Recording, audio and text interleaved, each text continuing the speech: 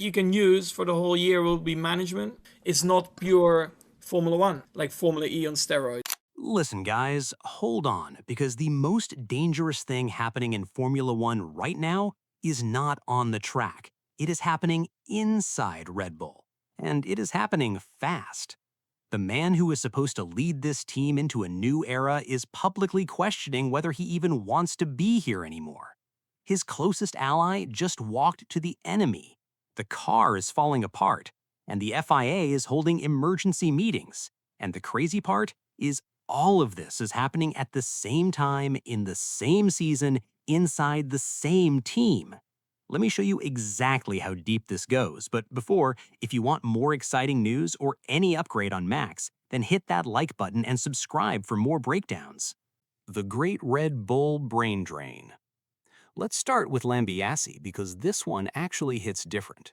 GP has been Max's race engineer since 2016, the voice in his ear through every championship, every battle, every crisis moment. And now he is leaving Red Bull to join McLaren. But here is what makes this bigger than just one departure. Lambiase is the fifth major pillar to leave Red Bull in 2 years. Newey, Horner, Wheatley, Tom Hart, and now GP. McLaren already has Rob Marshall and Will Courtney, both ex-Red Bull. They are not just winning on track, they are systematically taking Red Bull apart from the inside. Now, the hopeful angle, and this one is genuinely interesting, Jos Verstappen confirmed that Max actually knew about this move in advance and even encouraged it. Lambiase stays until 2027. Max's contract runs to 2028. So is it possible that this is not a breakup, but Max releasing his closest ally to build his own future, while Max himself quietly figures out his next chapter? Think about it this way. If Max was truly done with Formula One, why would he care where Lambiase goes next? The fact that he encouraged this move tells you something about how Max is actually thinking right now. That question matters more than people realize right now. Max versus the FIA. Now from that, let's talk about the war Max has been fighting against the sport itself.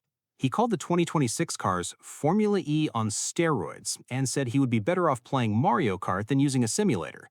And then he did something clever. He told the media that if you want change, use the safety argument, because safety always gets things moving in F1. Fast forward to April 9th, and the FIA held emergency crunch talks with every team and manufacturer on exactly that basis. What is wild here is that most drivers just complain and move on. Max actually mapped out the strategy, told everyone publicly how to fix it, and then watched the FIA follow his exact playbook. Max Verstappen from inside a midfield car identified the lever and the FIA pulled it. That is real influence, regardless of where he is finishing on Sundays. Red Bull is collapsing. And while all this drama is happening off-track, the on-track situation is just as bad.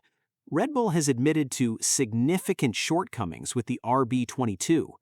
Max retired in China, qualified 11th at Suzuka, and his best finish this season is 6th in Melbourne, where he started 20th. Engine reliability issues, cooling faults, start procedure problems, it has been one thing after another.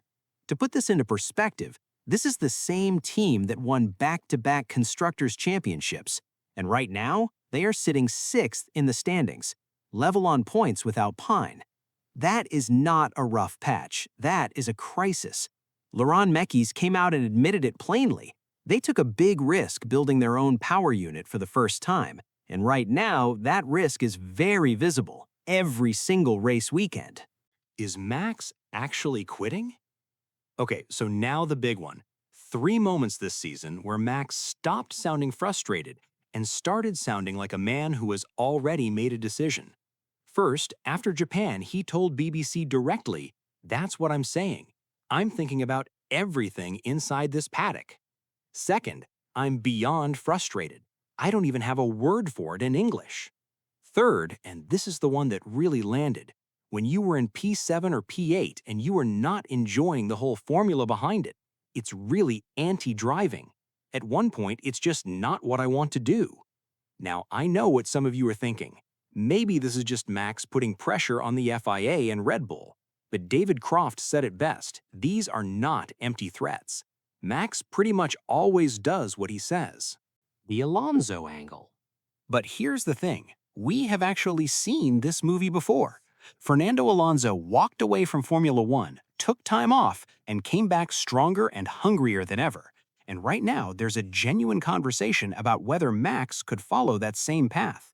Step away, reset, let the regulations evolve, and return when the cars actually feel like racing cars again.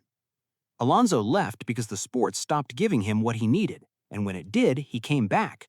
The question with Max is whether Formula One can offer him something worth coming back for. The difference, though, is real Alonso came back because he felt unfinished. Max already has everything he set out to win. So, if he leaves, the honest question is not whether he could return. It is whether he would ever feel the need to. Max after F1, the GT3 life. And when you look at what Max already has outside of Formula One, walking away does not look scary for him at all. He owns and runs Verstappen Racing, his own GT3 team. He won on his GT3 debut at the Nürburgring. He has openly talked about racing at Le Mans. He said it himself, "It's not like if I stop here, I'm not going to do anything. I'm always going to have fun." And honestly, watching him at the Nürburgring, the smile, the energy, the way he talks about those races, that is a completely different Max to the one we see trudging through F1 weekends right now. This is not someone running away from failure. This is someone who genuinely has a whole other life ready and waiting. And from everything we have seen, he is already enjoying it more than his current Sunday afternoons in Formula One. What happens next? So let's bring it all together. Lambiase is leaving, but the timeline actually leaves a small window of hope. The FIA is making changes because Max pushed for them. Red Bull is struggling but promising upgrades in Miami. And Max is somewhere between frustrated, reflective, and genuinely ready to walk away on his own terms. Every single piece of this story is connected, and Miami is basically the first real test of whether any of it gets better. My honest opinion, I do not think this is permanent retirement.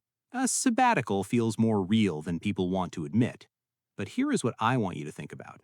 If Max steps away and Formula One loses its most polarizing star, does the sport actually survive that loss? Drop your honest answer in the comments because that debate is worth having.